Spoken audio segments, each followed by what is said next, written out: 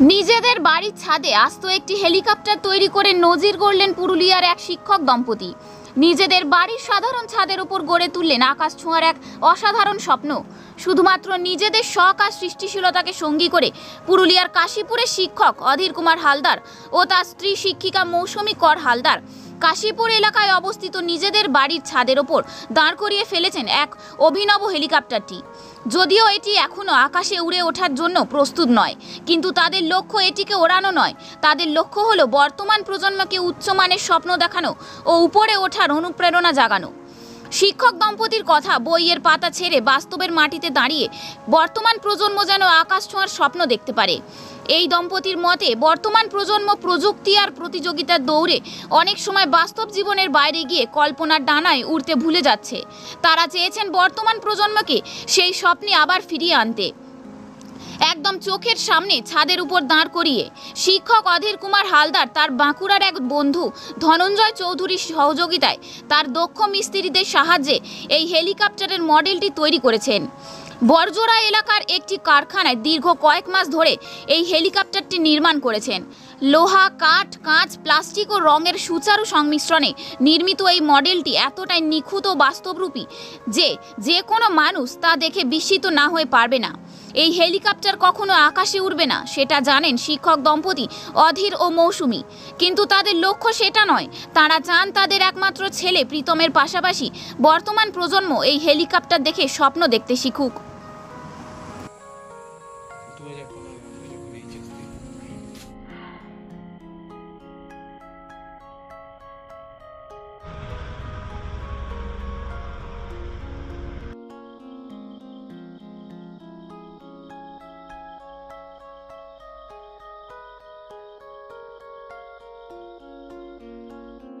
হঠাৎ কেন এমন মাথায় ভাবনা চিন্তা? এটা আমার এসছে, আমি তো একদিন ট্রেনে যেতে যেতে ছোটবেলায় আমার ছোট ছেলে ওই বাড়ির উপরে কতগুলো ওই টাঙ্কি মতো বানানো ছিল, কোথাও ফুটবল, হ্যাঁ, কোথাও একদিন হঠাৎ একদিন দেখলো একটা ঘোড়া, তখন বললো বাবা ওগুলো কি? তো ছেলেকে জানাতে গিয়ে ছেলে হঠাৎ করে একদিন বললো বাবা আমাদের বাড়িতে হেলিকপ্টার বসাবো। ওই দুটো ঘোড়া দেখে বললো আমরা হেলিকপ্টার বসাবো। তখন থেকে আমার মাথার মধ্যে সেটা এসছে যে যদি কিছু একটা করা যায়। এরপর আমি এখানে লোকাল মিস্ত্রিকে দিয়ে করানোর চেষ্টা করলাম, কিন্তু তারা সেটা করতে পারলো না। তখন আমার এক বন্ধু, কলেজ ফ্রেন্ড ধনঞ্জয় চৌধুরী, সে ইন্টেরিয়ার ডেকোরেশন করে, এবং তাকে আমি বললাম যে আমার এটা করে দিতে হবে। তখন সে আমাকে সহযোগিতা করেছে এবং সে বড়জোড়াতে একটা জায়গা মিস্ত্রির কাছে আমার এটা বানিয়ে দিয়েছে। কি মনে হয় এটা থেকে বর্তমান যুব সমাজ কি একটা শিক্ষা নিতে পারবে? হ্যাঁ, মানুষের যে শখ, সে মানুষের শখ কত রকম হতে পারে, এটাও এক ধরনের শখ মানুষের, সেটা একটা শখ হিসেবে সে নিতে পারে। এটা কিন্তু অত ভাবনাটা কিন্তু অত সহজে কিন্তু আসেনি, এবং এটা করাটাও কিন্তু চারটিখানি কথা নয়। এই হেলিকপ্টার করতে আমার অনেক দিনের স্বপ্ন, এটা আমার অনেক দিনের স্বপ্ন। সেই স্বপ্নটা আমার সফল হয়েছে শুধু একটা দিনের জন্য, একটা দিনে নয়।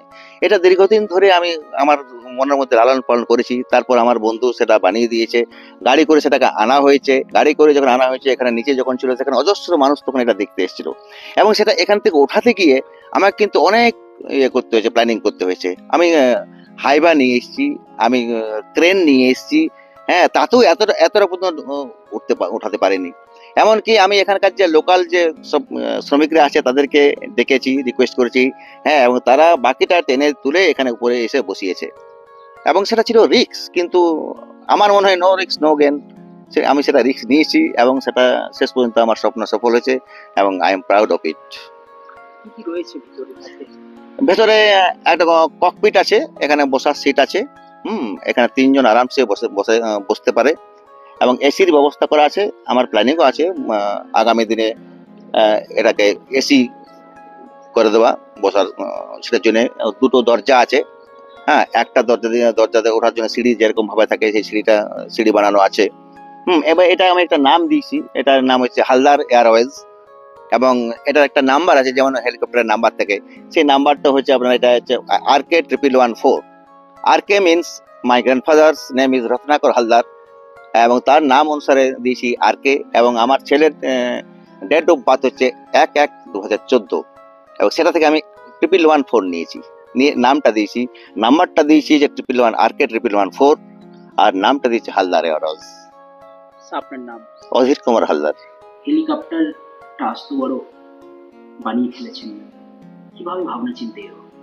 এটার ভাবনা চিন্তা অ্যাকচুয়ালি আমার ছেলেটা যখন ছোট ছিল, ট্রেনে যাচ্ছিলাম, তখন হঠাৎ একটা গ্লোব দেখে ছাদের উপর আমার ছেলের ইচ্ছে হয়েছিল, জিজ্ঞেস করছিল, বাবা এটা কি? তখন ওর বাবা বলে যে এটা জলের ট্যাঙ্কি।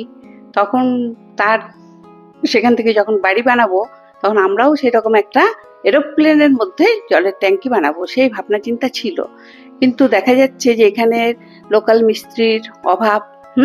তখন ওর এক বন্ধুকে যখন সে এই তার ইচ্ছের কথা বা ছেলের ইচ্ছের কথা জানায়, তখন সে একটা মানে ইয়ে দিয়ে আর কি, লোহার পাত দিয়ে এরকম একটা হেলিকপ্টার বানিয়ে দেয়। এটা কিন্তু অ্যাকচুয়ালি জলের ট্যাঙ্কি নয়, এটা মানে একটা বসার জায়গা আছে ভেতরে, এবং আকর্ষণীয় একটা বিষয়। এইভাবেই মানে মাথায় এসছে এই জিনিসটা। বর্তমান যুব সমাজ থেকে অনেক কিছু শিক্ষা লাভ করছে। নিশ্চয়ই, যে রাস্তা দিয়ে পেরোয় তারা সকলে ভাবে হয়তো এটা জলের ট্যাঙ্কি, কিন্তু তা নয়। এটা একটা হেলিকপ্টার বানানো হয়েছে, এবং মানুষের যে উচ্চ আকাঙ্ক্ষা, আরো উঁচুতে উঠে যাবার যে একটা প্রয়াস, প্রোগ্রেসিভ ব্যাপারটা, এটা কিন্তু এর মধ্যে থেকে বোঝা যায়। এবং আধুনিক যুগে মানুষ যে আর নিচে যে একঘেয়েমি জীবনযাপন করবে, সেই ব্যাপারটা তো আর এক জায়গায় থেমে নেই। নানান ধরনের প্রোগ্রেসিভ ক্রিয়াকলাপের মধ্য দিয়ে আরো উঁচুতে ওঠার বা আরো স্বপ্নকে পূরণ করার এটা একটা বাস্তব প্রয়াস। এবং আমার ছেলে এখন তো এটা জাস্ট একটা বসার জিনিস। আমরা বলি, তুমি যদি আরো বড় হও, এর মধ্যে তুমি একটা মেশিন রেডি করবে এবং এটাকে উড়িয়ে নিয়ে যাবে। সে খুব আনন্দ পায়। তার পক্ষে এটা একটা মানে খুবই ন্যাচারাল ব্যাপার বলে মনে হয়। ওটা করার জন্য ও বলে যে তাহলে তো আমাকে অনেক বেশি পড়াশোনা করতে হবে। আমরা বলি, হ্যাঁ বাবা, তোকে তো করতেই হবে। ভালোভাবে পড়, দেখ তুইও একদিন এটাকে, ঠিক তোর বাবা মেশিনটা হেলিকপ্টার তৈরি করেছে, তুই মেশিন বসিয়ে উড়িয়ে নিয়ে চলে যাবি, একবার দিল্লি চলে যাবি। এরকম কথাবার্তা হয়। তার মানে বোঝা যাচ্ছে যে বাচ্চাদের ওর বন্ধুরা আসলে পরেও ওই একই কথাই বলা হয়।